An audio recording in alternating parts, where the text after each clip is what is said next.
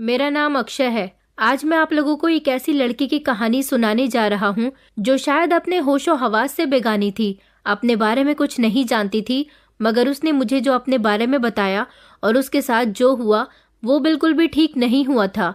उसके साथ ऐसा बिल्कुल नहीं होना चाहिए था, मगर उसने खुद ये कदम उठाया था। उसकी भी तो इसमें गलती थी। कोई लड़की भला कैसे किसी के साथ इतना बड़ा कदम उठा सकती है, मगर उसने ऐसा क्यों किया? क्यों उसने अपनी जिंदगी अपने हाथों से बर्बाद कर ली? क्या कोई भी इंसान अपने हाथों से जानबूझकर अपनी जिंदगी को बर्बाद कर सकता है?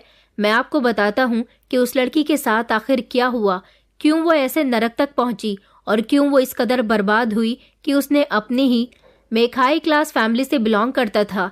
पिछले 7 सालों से मैं यहाँ लंदन में आया हुआ था पढ़ाई करने के लिए, अपने परिवार से दूर, अपने घर से दूर। अपनी पढ़ाई पूरी करने के लिए यहाँ से मुझे कामयाब होकर ही वापस जाना था। मेरी जिंदगी का एक मकसद था। मेरी बचपन की दोस्त सुहानी, जिसे मैं बहुत पसंद करता था, वो हमारे मोहल्ले में ही रहती थी। सुहानी बचपन से ही बहुत मासूम और स्वीट थी, लेकिन कल से मैं सुहानी के लिए बहुत परेशान था। पापा ने मुझे बताया था कि उसकी शादी होने वाली है। वैसे भी मेरी अब पढ़ाई पूरी हो चुकी थी। अगले महीने ही मैं यहाँ से इंडिया जाने वाला था। मैंने जब ये खबर अपने घर वालों को दी तो मेरे घर वाले खुशी से झूम उठे थे। अपनी खुशी को बयां करते हुए उन्होंने मुझे ये खबर भी सुनाई थी कि उनके दोस्त सुशांत अंकल की बेटी सुहानी की शादी है। ना जाने क्यों मुझे सुहानी की शादी के बारे में सुनकर खुशी नहीं हुई थी, बल्कि मेरा दिल टूटकर रह गया था। वो मेरी अच्छी दोस्त तो थी, मगर मैं बचपन से ही उसे पसंद करता था। मेरे दिल में उसके लिए एक अलग जज्बात थे। उसकी शादी की खबर सुनकर मेरा मन किया कि मैं अभी भागकर उसके पास चला जाऊं और उससे अपनी मोहब्बत का इजहार कर दूं, मगर मैं मजबूर था। यहाँ से इतनी आसानी से नहीं जा सकता था। और तो और ऐसे समय में भी सुहानी के पास मोबाइल नहीं था और ना ही मेरे पास उससे कांटेक्ट करने के लिए कोई नंबर था, ना ही कोई ऐसा था जो मेरी उससे बात करवा सकता था। मेरे यहाँ से जाने की डेट सुहानी की शादी की डेट से 2 दिन पहले की थी। मेरे मम्मी पापा ने कहा था कि तुम यहाँ आओगे तो सुहानी की शादी भी अटेंड कर लो। वैसे भी सुशांत अंकल तुम्हें काफी समय से याद कर रहे हैं। अब मैं उनको क्या बताता कि उन्होंने मुझे जो खबर दी है वो मेरे दिल पर किस तरह गुजर रही है। फिलहाल 1 महीना भी धीरे धीरे गुजर गया था और मेरे जाने का समय आ गया था। मैं जैसे ही इंडिया आया तो सबसे पहले अपनी फेवरेट जगह गया था। मेरी फेवरेट जगह थी वो पार्क, जहाँ पर बचपन में हम दोनों के पापा हम दोनों को पार्क लेकर जाते थे। ये बहुत ही खूबसूरत पार्क था। सुहानी और मैं अपने अपने पापा के साथ यहाँ आते थे और काफी देर तक खेलते रहते थे। यहाँ अपनी पुरानी यादें ताज़ा करने के बाद मैं अपने घर आ गया था। वैसे तो पापा मुझे एयरपोर्ट पर लेने के लिए आने वाले थे, मगर मैंने उन्हें मना कर दिया था। मैं जब भी छुट्टियों में इंडिया आता था तो अपने शहर आते ही पार्क में कुछ समय बिताकर वापस जाता था। मैं नहीं चाहता था कि किसी को ये बात पता चले कि मैं पार्क अब भी जाता हूँ। पिछले 7 साल से मैं इसी तरह यहाँ आकर अपनी यादों को ताज़ा किया करता था। मुझे बचपन के वो दिन याद आते थे जब मैं और सुहानी 10 साल की उम्र तक एक साथ रहे थे। मेरे पापा और सुहानी के पापा एक दूसरे के बहुत अच्छे फ्रेंड्स थे और हम लोग एक ही मोहल्ले में रहा करते थे। सुहानी के पापा भी एक बिजनेसमैन आदमी थे, जबकि मेरे पापा इस शहर के डीएसपी ऑफिसर थे। मेरी उम्र 13 साल हुई तो पापा ने मुझे लंदन में पढ़ने के लिए भेज दिया था। उनका मानना था कि वो बचपन से ही मुझे लंदन भेज देंगे तो मैं पढ़ाई में ज्यादा बेहतर हो जाऊंगा। बस तभी से मैं और सुहानी एक दूसरे से अलग हो गए थे और फिर पहले हम लोग एक ही मोहल्ले में भी रहते थे, लेकिन कुछ समय के बाद हमारी पूरी फैमिली दूसरे शहर में शिफ्ट हो गई थी। फिलहाल जब मैं घर आया तो मेरे घर वाले मुझे देखकर बहुत खुश हुए थे। पापा ने मेरे आने की खुशी में घर में मेरी पसंद का खाना बनवाया था। मैं जब भी घर आता था एक बार सुहानी के घर जरूर जाता था। मैंने देखा था कि सुहानी बहुत मासूम और भोली भाली लड़की थी। वो इतनी सीधी थी कि दुनियादारी अच्छे तरीके से भी नहीं जानती थी। वक्त के साथ साथ जैसे जैसे वो बड़ी होती गई, दुनिया की बातों से बहुत दूर हो गई। वो एक तरह से दिमागी तौर पर कमजोर लड़की थी। वो ऐसी क्यों हो गई थी ये तो मैं नहीं जानता था, क्योंकि बचपन में एक मासूम बच्चा जैसा होता है वो बिल्कुल वैसी थी। लेकिन धीरे धीरे जैसे वो बड़ी होती गई उसकी हरकतें बच्चों जैसी ही रहीं। हर किसी से डरना, घर के बाहर निकलने में डर लगना। उसे देखकर ऐसा लगता था जैसे वो कभी बड़ी हुई ही नहीं है, मगर फिर भी मैं उसकी इस अदा से मोहब्बत करता था। लेकिन अब उसके घर वाले उसकी शादी करने जा रहे थे। मुझे लगता था कि उन्हें उसकी शादी नहीं करनी चाहिए थी।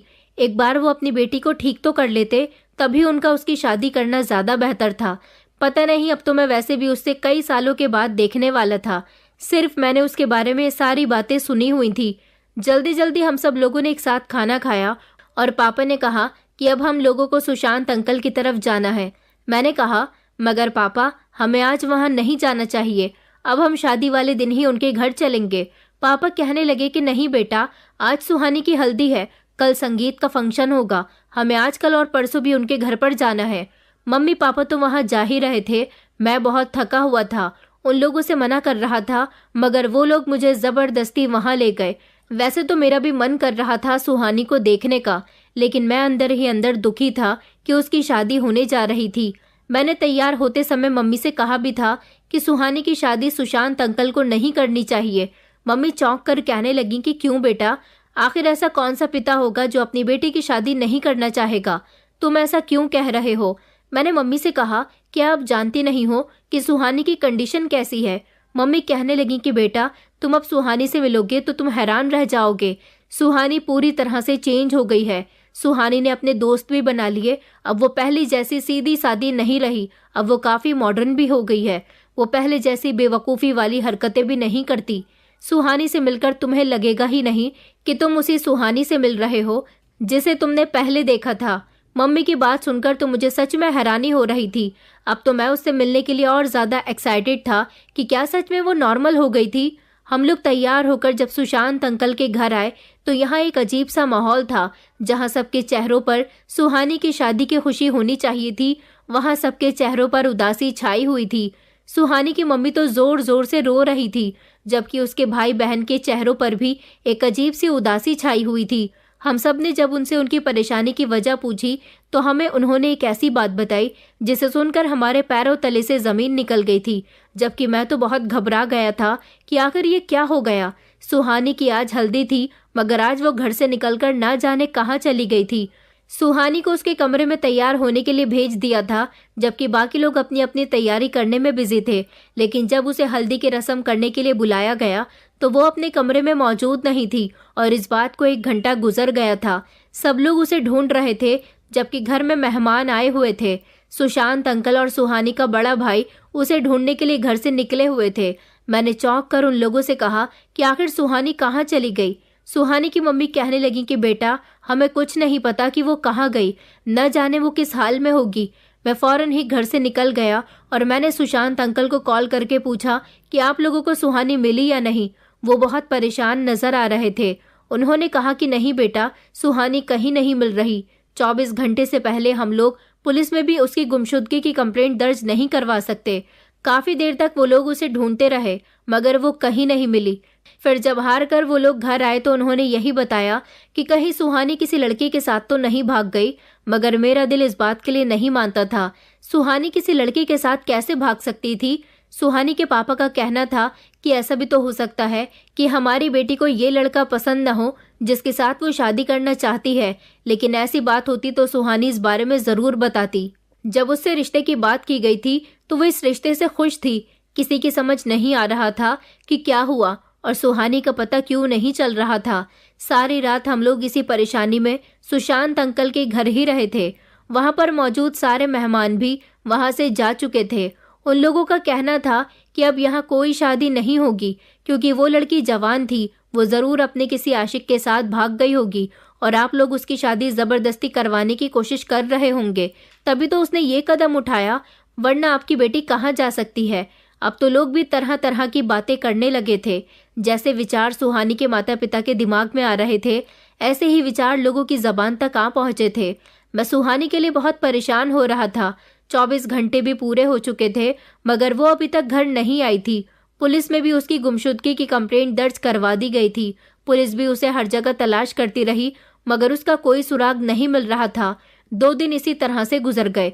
सुहानी की शादी जिस लड़के के साथ होने वाली थी, उसके साथ अब नहीं हो सकी थी। एक तरह से मैं दिल ही दिल में खुश भी हो रहा था कि सुहानी की शादी इस लड़के के साथ नहीं हो सकी। उसके ससुराल वालों को सब कुछ बता दिया गया था। उन लोगों को बेहद गुस्सा आया था, क्योंकि उनका भी यही कहना था कि आप लोगों ने हमें धोखा दिया। जरूर आपकी बेटी किसी के साथ भाग गई होगी और आप लोगों ने हमें उसकी ऐसी हरकत के बारे में नहीं बताया। आपकी वजह से हमारी बहुत बेइज्जती होगी। लेकिन अब क्या हो सकता था, अब ये सब कुछ हो रहा था, कोई नहीं जानता था। जरूरी नहीं कि सुहानी किसी के साथ भाग गई, ऐसा भी तो हो सकता है कि वो किसी बड़ी मुश्किल का शिकार हो या किसी बड़ी मुसीबत में फंसी हुई हो।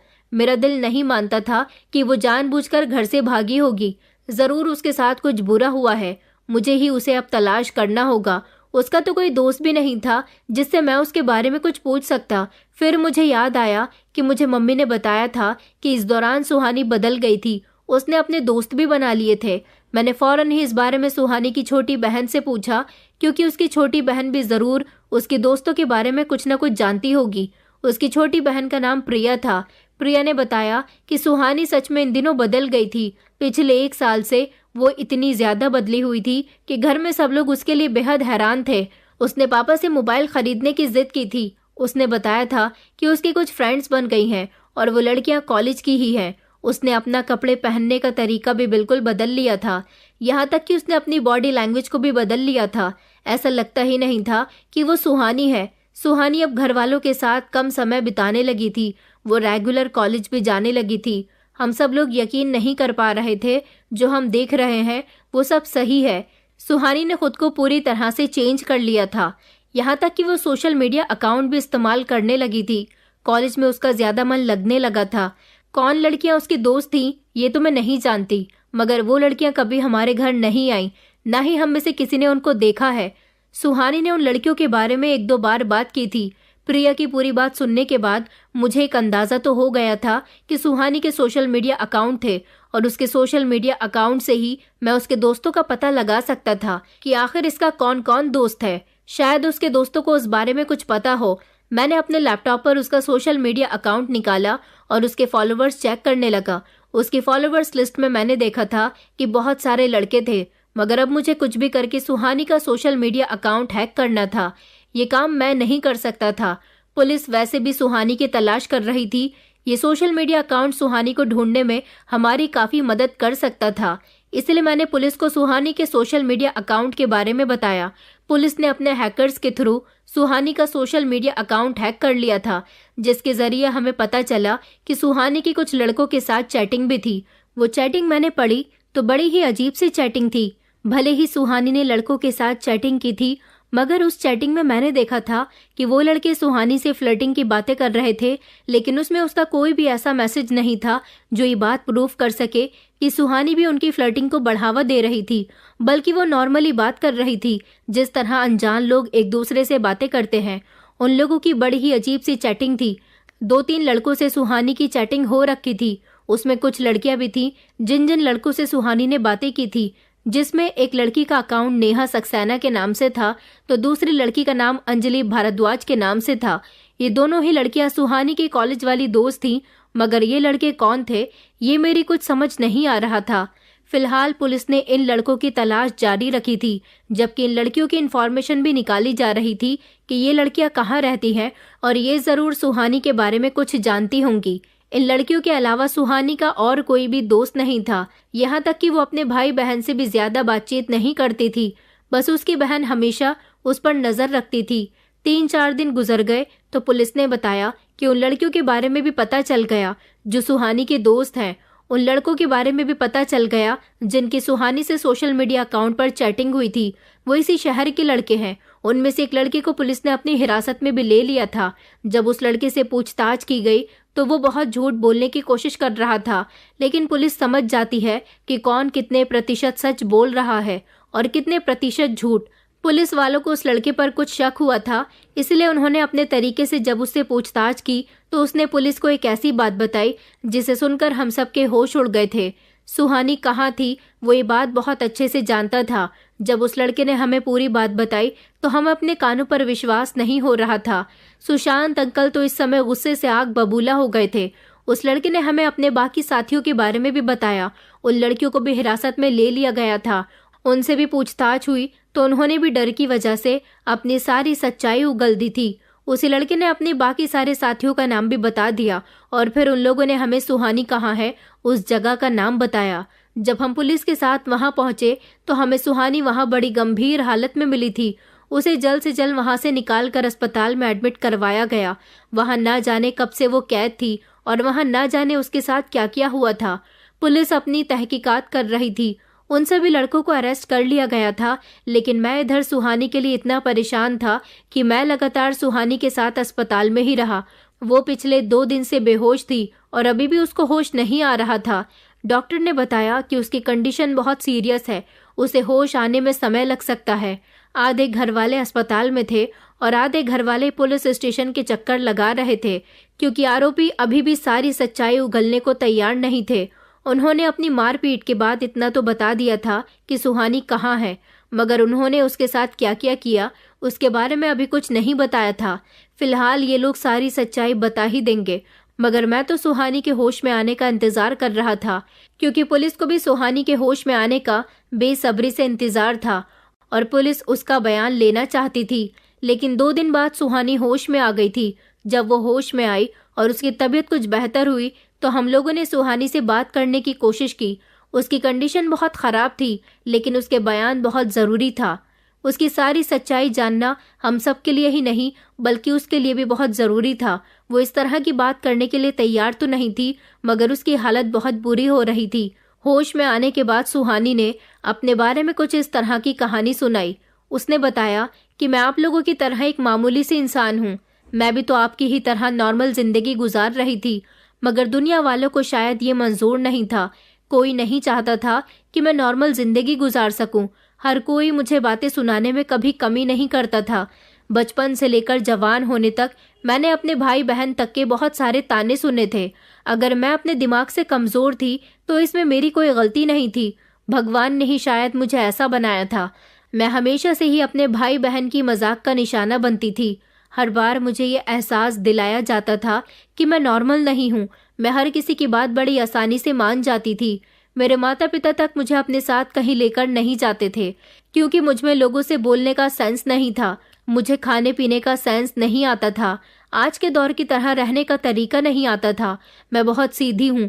मुझसे जो होता मैं वही कर लेती हूँ। मैं अपने दिमाग से कुछ नहीं करती। हाँ, नहीं है मुझ में दिमाग। नहीं चल सकती मैं दुनिया के मुताबिक। मैं मन की भोली हूँ। मुझे सादी जिंदगी बेहद पसंद है। अगर शायद इस दुनिया में उन लोगों का कोई काम नहीं है जो सादे तरीके से अपना जीवन गुजारना चाहते हैं। हर कोई मेरी मजाक बनाता है। हर कोई मुझे ताने देता है। मुझे पहनने ओढ़ने का सेंस नहीं है। मैं अमीर लोगों की तरह जिंदगी गुजारने के तरीके नहीं जानती। मैं ज्यादा किसी से बात नहीं करती और जब किसी से बात करती हूँ तो उसे अपना समझकर बात करती हूँ। ये सब भी किसी को नहीं पसंद। शायद मेरे इन्हीं तरीकों से मुझे पागल कहा जाता है, क्योंकि मैं बच्चों के साथ बच्चों जैसी बन जाती हूँ मगर बड़ों के साथ बड़ों जैसी नहीं बनती। सब भाई बहन एक साथ अगर कहीं जाते और मैं उनके साथ जाना चाहती तो कोई मुझे अपने साथ लेकर नहीं जाता। मेरी बहन कहती कि तुम कहीं जाने के लायक नहीं हो, हमारी इंसल्ट करवा दोगी।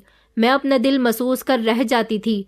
बचपन से ही पढ़ाई में मैं अच्छी नहीं थी तो मम्मी पापा डांटा करते थे। पढ़ाई में मुझसे दिमाग नहीं लगता था। सीधापन और कम दिमाग मेरे अंदर बचपन से ही है, लेकिन जैसे जैसे मैं बड़ी होती गई तो मुझे अपनी बेइज्जती महसूस होने लगती थी। ऐसा लगता था जैसे मुझे सब बेइज्जत करते हैं। लोग जब मेरी मजाक बनाते और हंसते तो मुझे अंदर से फील होता था। मुझे आगे नहीं पढ़ना था, मगर मम्मी पापा की जिद ने मुझे जैसे तैसे कॉलेज की जिंदगी तक तो पहुंचा दिया था। एक दिन मैं कॉलेज में उदास बैठी हुई थी। मेरे लिए कॉलेज उस समय नया नया था। वहाँ के सारे लोग भी नए नए थे। मुझे दोस्त की ज़रूरत थी। मेरे पागलपन की वजह से कोई भी मेरे करीब नहीं आता था, मगर वहाँ मेरी कुछ लड़कियों से दोस्ती हो गई। उन्होंने मुझे समझाया कि तुम उल्टी सीधी हरकतें क्यों करती हो जिससे लोग तुम्हारी मजाक बनाते हैं। तुम हमारी तरह मैच्योर बनो, समझदार बनो। मैंने रोती हुई शक्ल बनाकर उनसे कहा कि मैं ऐसा क्या करूं जिससे मैं तुम लोगों की तरह बन जाऊं। उन लोगों ने पहले तो मुझसे दोस्ती की और उसके बाद मुझे अपनी तरह बनने के लिए कहा। उन्होंने मुझसे वादा किया कि वो मुझे अपनी तरह बना देंगी, फिर मेरी कोई मजाक नहीं बनाएगा। उन्होंने कहा था कि अभी भी तुम्हारा दिमाग बच्चों जैसा है, लेकिन अब तुम्हें बड़ा होना होगा। अगर तुम बड़ी नहीं हुई तो हमेशा लोग तुम्हारी इसी तरह से मजाक बनाते रहेंगे। देखो, तुम्हें तो कपड़े पहनने का भी तरीका नहीं आता। तुम कॉलेज में अजीब तरह की हरकतें करती हो। कभी टीचर पढ़ाई में कुछ समझा रहे होते हैं और उस दौरान अगर उनको खांसी आ जाती है तो तुम भी उनके साथ साथ खांसने लग जाती हो, या फिर तुम्हारी हंसी छूट जाती है। टीचर से तुम्हें डांट पड़ती है और बाकी सब तुम्हारी मजाक बनाते हैं। मैंने कहा, हाँ तो बताओ फिर तुम लोग मुझे अपनी तरह कैसे बनाओगी। उन्होंने कहा कि हमारे साथ दोस्ती कर लो। मैंने फौरन ही उनसे दोस्ती का हाथ मिला लिया था। वो 2 लड़कियां थीं, नेहा और अंजलि। पहले तो वो सबके साथ मिलकर मुझे देख देख कर बहुत हंसती थी, लेकिन उस दिन के बाद उन्होंने मुझसे वादा किया कि वो कभी मेरी मजाक नहीं बनाएंगी और ना ही किसी को बनाने देंगी। उन दोनों ने मुझसे कहा कि ये तुम किस तरह के कपड़े पहनकर आती हो, पहले तो तुम अपने कपड़े पहनने का तरीका बदलो, उठने बैठने का तरीका बदलो। एक दिन मैं उनके साथ कॉलेज से ही अपने ड्राइवर की गाड़ी में बैठकर शॉपिंग करने के लिए चली गई थी। उन्होंने मुझे बड़े अजीब से कपड़े दिलवाए थे। वो कपड़े बहुत छोटे छोटे थे। मैं अगले दिन वो कपड़े पहनकर कॉलेज गई तो वो सारे लोग मुझे देख रहे थे। मुझे उन कपड़ों में बहुत अजीब लग रहा था। मैंने उन दोनों से कहा कि मुझे ये कपड़े अच्छे नहीं लग रहे, मगर वो कहने लगी कि ऐसे कपड़े पहनोगी तो तुम्हारे और ज्यादा दोस्त बन जाएंगे। उन्होंने मुझे चलने का तरीका भी सिखाया था। कॉलेज में वो मेरे साथ ये सब कुछ किया करती थी। उन दोनों ने मुझे बताया था कि लोगों से तुम्हें कम बात करनी है। कोई अगर तुम्हें देखकर हंसे तो उसे सिर्फ मुस्कुराकर जवाब देना। इसलिए मैं उन दोनों की बात को बहुत अच्छी तरह से सुनती थी। मुझे ऐसा लग रहा था जैसे अब लोगों ने मेरी मजाक बनाना कम कर दिया। उनके साथ खरीदे हुए कपड़े पहनकर मैं कॉलेज आती तो लड़के मुझे बड़े गौर गौर से देखते थे और अब सबने मेरी मजाक बनाना कम कर दिया था, क्योंकि मैं अब क्लासरूम में भी ज्यादा किसी से नहीं बोलती थी, कॉलेज में भी डांस नहीं करती थी। जब तक मेरी दोस्त मुझे कोई काम करने को नहीं कहती तब तक मैं कुछ नहीं करती थी। यहाँ तक कि मैंने अपने भाई बहनों के साथ भी उठना बैठना छोड़ दिया था और उनसे बातचीत करनी भी बंद कर दी थी। ज्यादातर मैं अपने कमरे में ही रहती थी। अगर कोई मुझसे कुछ कहता तो मैं उन्हें अपनी दोस्तों के बारे में बता दिया करती थी। एक दिन मैंने देखा कि उन लोगों के पास मोबाइल था। उन्होंने मुझसे पूछा कि तुम्हारे पास मोबाइल नहीं है। मैंने कहा कि नहीं, मेरे पास मोबाइल नहीं है। तो उन्होंने कहा कि तुम्हारे पापा तो बहुत अमीर हैं, अपने पापा से जिद करो कि तुम्हें मोबाइल लेना है, वो तुम्हें मोबाइल खरीद कर दे देंगे। इस तरह तुम्हारे पास मोबाइल में बहुत सारे दोस्त बन जाएंगे। मैंने देखा था कि वो दोनों लड़कों से फोन पर बातें करती रहती थी। मुझे उनका बातें करना बहुत अच्छा लगता था। वो कहती थी कि हमारे भी दोस्त हैं और हम उनसे फोन पर बातें करते हैं। अगर तुम्हारे पास मोबाइल आ जाएगा तो तुम्हारे भी बहुत सारे दोस्त बन जाएंगे और तुम उनसे कभी भी और किसी भी समय फोन पर बात कर सकोगी। इस तरह तुम्हें अकेलापन भी महसूस नहीं होगा। उनकी बात सुनकर मुझे बहुत अच्छा लगा। ये तरीका मुझे ज्यादा बेहतर लगा था, इसलिए मैंने पापा से मोबाइल खरीदने की जिद की। मेरे घर वालों को मेरे अंदर धीरे धीरे बदलाव नजर आ रहा था, इसलिए पापा ने मुझे मोबाइल दिलवा दिया। मोबाइल कैसे चलता था ये तो मुझे नहीं आता था, क्योंकि पहली बार मेरे हाथ में मोबाइल आया था। पापा ने मुझे इसलिए मोबाइल नहीं दिलवाया था कि कहीं मैंने मोबाइल का गलत इस्तेमाल कर दिया तो मैं किसी बड़ी मुसीबत में फंस सकती हूँ। मगर अब वो मेरी तरफ से बेफिक्र रहने लगे थे। मैंने काफी हद तक खुद को बदलने की कोशिश की थी, लेकिन मैं दिमाग से अभी भी कमजोर थी। मैं ज्यादा गहराई से किसी बात को नहीं सोचती थी। जो मुझे बेहतर लगता मैं वही कर लिया करती थी। मैंने नेहा और अंजलि को अपना मोबाइल दिखाया तो उन दोनों ने कहा कि तुम्हारा मोबाइल तो बहुत महंगा है। मैंने कहा कि मुझे नहीं पता, ये मुझे मेरे पापा ने लेकर दिया है। अच्छा है ना? तो वो लोग बहुत खुश हुई और कहने लगी कि अरे यार, ये तो बहुत अच्छा है। उन दोनों ने मेरा सोशल मीडिया पर अकाउंट बना दिया और सोशल मीडिया कैसे चलता है वो भी मुझे बता दिया। उन्होंने कहा कि सोशल मीडिया अकाउंट पर तुम अपनी अच्छी अच्छी पोस्ट भी अपलोड कर सकती हो, अपनी फोटो और वीडियो भी इस पर डाल सकती हो। लोग तुम्हारी तारीफ करेंगे और तुम्हें लाइक भी करेंगे। उन्होंने मुझे सोशल मीडिया के सारे तौर तरीके सिखा दिए थे, यहाँ तक कि चैटिंग करना भी सिखा दिया था। उन्होंने मेरी सोशल मीडिया प्रोफाइल पर मेरा फोटो भी लगा दिया था। धीरे धीरे मेरे पास काफी सारे लड़कों की फ्रेंड रिक्वेस्ट आने लगी। मैं ज्यादा कुछ तो जानती नहीं थी। जो उन लोगों ने मुझे बताया था मैं सिर्फ इतना ही जानती थी। मैं घर पर आकर अपने कमरे में बंद हो जाती और सारी रात सोशल मीडिया का इस्तेमाल करने लगी थी। उस पर आने वाली वीडियोस देख देख कर खूब हंसती थी। उस पर कुछ दुखी वीडियो आती तो मेरी आंखों में आंसू आ जाते थे। मैं उसे देखकर बहुत रोती भी थी। मैंने लोगों को कमेंट करना भी शुरू कर दिया था। कुछ लड़कों से मेरी बातचीत भी होने लगी थी। उनसे बातचीत करना मुझे अच्छा लगने लगा था। अगर मुझसे कोई लड़का मेरी फोटो मांगता तो मैं उसे फौरन ही अपने फोटो क्लिक करके दे दिया करती थी। एक दिन मैंने एक लड़के की वीडियो देखी। वो लड़का हमारे कॉलेज का ही था। हमारे कॉलेज की कुछ लड़कियां उसे पसंद करती थी। वो बहुत सारी वीडियो बनाकर डालता था। मेरे दोस्तों ने बताया था कि तुम हर वीडियो पर कमेंट कर सकती हो, इसलिए मेरा जो मन करता मैं उस पर वो कमेंट कर देती थी। मगर उस लड़के निखिल की वीडियो देखकर मुझे बहुत हंसी आई थी। उसकी वीडियो पर किसी ने कमेंट नहीं किया था, इसलिए मैंने उसकी वीडियो पर कुछ गलत कमेंट कर दिया। क्योंकि अक्सर जब मैं किसी लड़के को अपनी फ़ोटो भेजती तो वो भी मुझे जो कमेंट किया करते थे और उसका मतलब मैं नहीं जानती थी। कुछ 2-3 लड़के और थे जो मुझसे प्यार मोहब्बत की बातें किया करते थे, मगर मैं उनकी बातों का मतलब कभी नहीं समझी थी। वो मुझे जैसा कहता मैं वैसा कर लिया करती थी। वो अगर मुझसे आई लव यू बोलने को कहते तो मैं बदले में उन्हें आई लव यू भी बोल देती थी। वो मुझे बता देते कि ऐसा कहने से प्यार बढ़ता है और दोस्ती मजबूत होती है, तो मैं बात बात पर उन्हें आई लव यू बोलती थी। सोशल मीडिया का इस्तेमाल करके मुझे बहुत अच्छा लगता था। ऐसा लगता था जैसे अब मेरी कोई मजाक नहीं बनाता और मेरे बहुत सारे दोस्त बन गए हैं। अब कोई मुझसे दूर भी नहीं भागता। कॉलेज में हर किसी को मैंने अपने पास ऐड कर रखा था। अपने दोस्तों को अपनी हर बात बताया करती थी। अगले ही दिन वो मुझसे पूछ लेती थी कि कल तुम्हारी किस नए लड़के से दोस्ती हुई।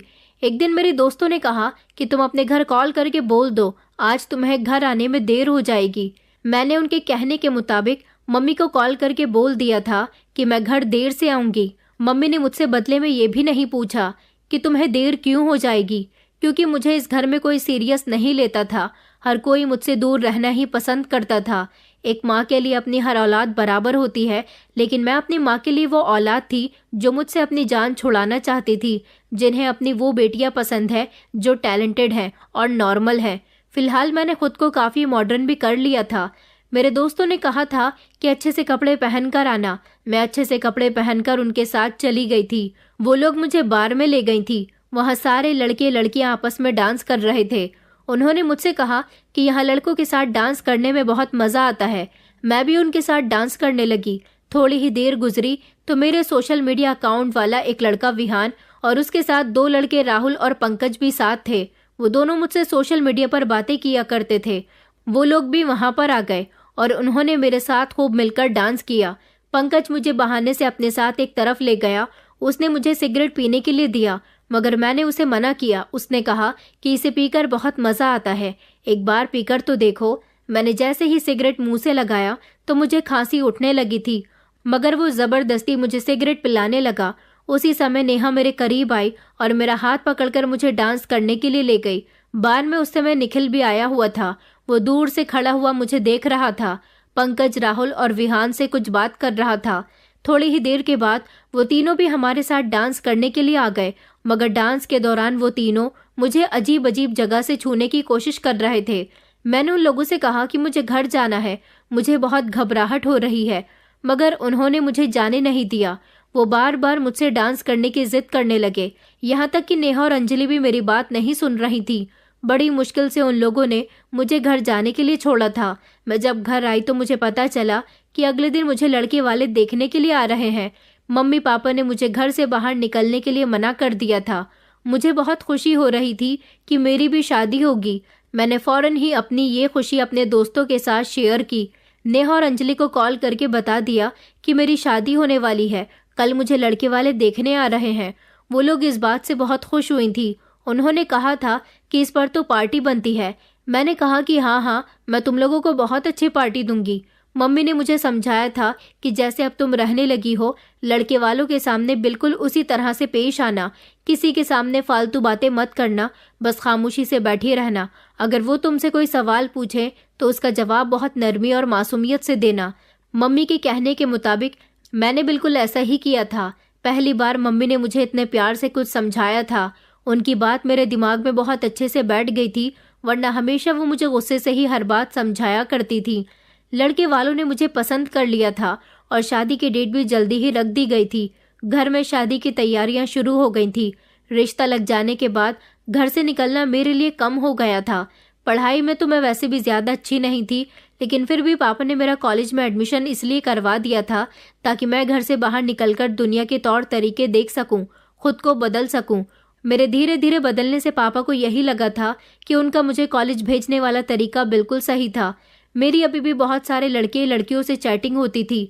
अब तो मेरी बात निखिल से भी होने लगी थी, जिसकी वीडियो पर मैंने गलत कमेंट किया था। कॉलेज गए हुए अब मुझे काफ़ी दिन हो गए थे। नेहा और अंजलि मुझे बहुत याद करती थी। उनका कहना था कि हम तुम्हारे घर नहीं आ सकते, मगर तुम तो हमसे मिलने के लिए आ सकती हो ना।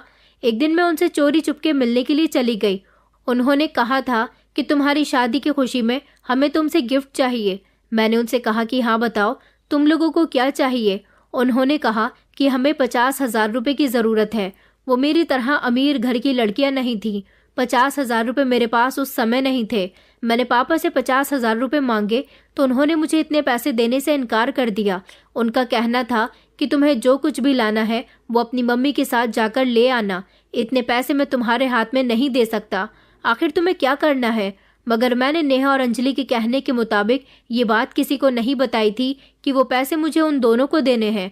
उन दोनों का कहना था कि तुम खामोशी से वो पैसे हमें लाकर देना, किसी को नहीं बताना। पापा ने मुझे पैसे नहीं दिए तो मैंने उन दोनों को कॉल करके बता दिया कि यार पापा मुझे पैसे नहीं दे रहे। वो कहने लगी कि हम तुमसे नाराज हो जाएंगे अगर तुम हमारे लिए पैसे नहीं लेकर आई।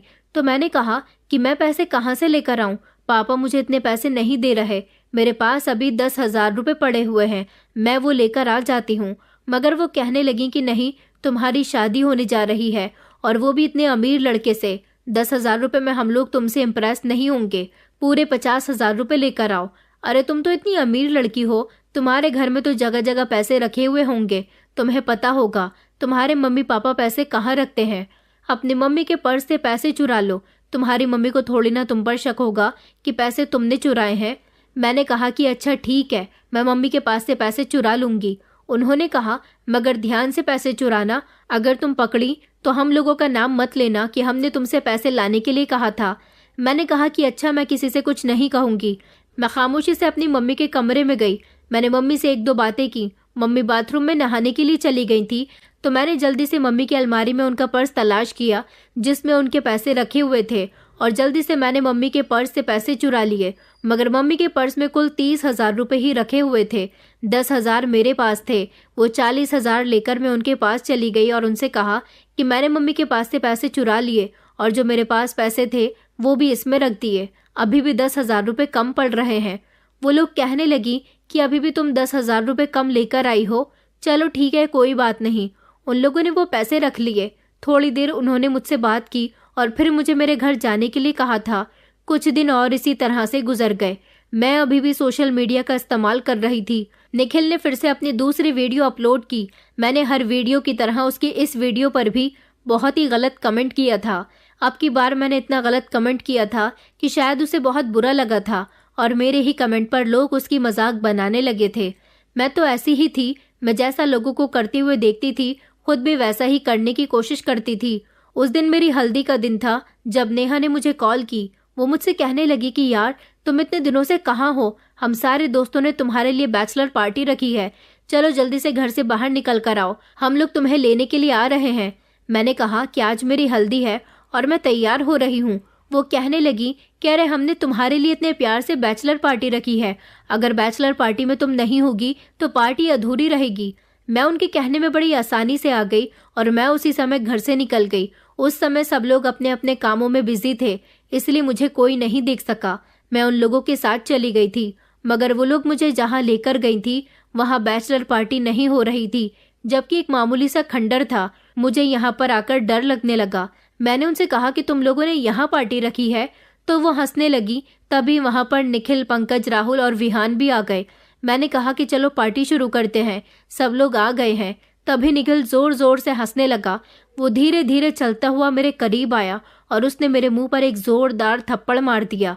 वो कहने लगा कि ये मेरी बेइज्जती का बदला है जो तुम 2 बार मेरे साथ कर चुकी हो। तुम्हारी हिम्मत कैसे हुई मेरी वीडियो पर गलत कमेंट्स करने की? तुम्हें नहीं पता कि तुम्हारे गलत कमेंट करने से सब लोग मेरा कितना मजाक बना रहे हैं। आज तक किसी की इतनी हिम्मत नहीं हुई जो मेरी मजाक उड़ा सके। मैं जल्दी से नेहा के पीछे जाकर छुप गई। मैंने कहा कि देखो नेहा, ये मुझे मार रहा है। मगर नेहा ने मेरा हाथ पकड़कर मुझे निखिल की तरफ धकेल दिया और कहने लगी कि ये रहा तुम्हारा शिकार, अब हमें हमारे पैसे दे दो। निखिल ने उन दोनों लड़कियों को अपनी जेब से निकालकर पैसे दिए और वो दोनों वहां से जाने लगी। मैं उनसे कहने लगी कि अरे तुम लोग कहाँ जा रही हो, मुझे भी अपने साथ लेकर चलो। मगर उन दोनों ने मेरी एक न सुनी और वो दोनों मुझे वहां छोड़कर वहां से चली गईं। मैं चीखती रही, चिल्लाती रही। निखिल ने मेरा हाथ मजबूती से पकड़ लिया और कहने लगा कि तुझे तो आज मैं अपनी बेइज्जती का मजा बहुत अच्छे तरीके से चखाऊंगा। मेरी समझ नहीं आ रहा था कि वो मेरे साथ क्या करना चाहता है, मगर उसका बिहेवियर मेरे साथ अच्छा नहीं था। वहां पर राहुल, पंकज और विहान भी मौजूद थे। वो लोग एक तरफ खड़े हुए थे। उन्होंने निखिल से कहा कि तुम आखिर इसके साथ क्या करना चाहते हो और हमें यहाँ पर क्यों बुलाया है। निखिल कहने लगा कि तुम लोग यहाँ पहरा दो, जरा मैं इसके साथ अपना बदला पूरा करके आता हूँ। वो मुझे एक कोने में ले गया और वो मुझे उस कोने में ले जाने के बाद मेरे साथ जबरदस्ती करने लगा। मैं जोर जोर से रो रही थी, मगर उनमें से कोई भी मेरी मदद के लिए नहीं आया, बल्कि निखिल ने मेरी इज्जत खराब कर दी और मैं अपनी किस्मत को रो रही थी। उस समय मुझे अपनी सारी बेवकूफ़ियों पर अफसोस हो रहा था।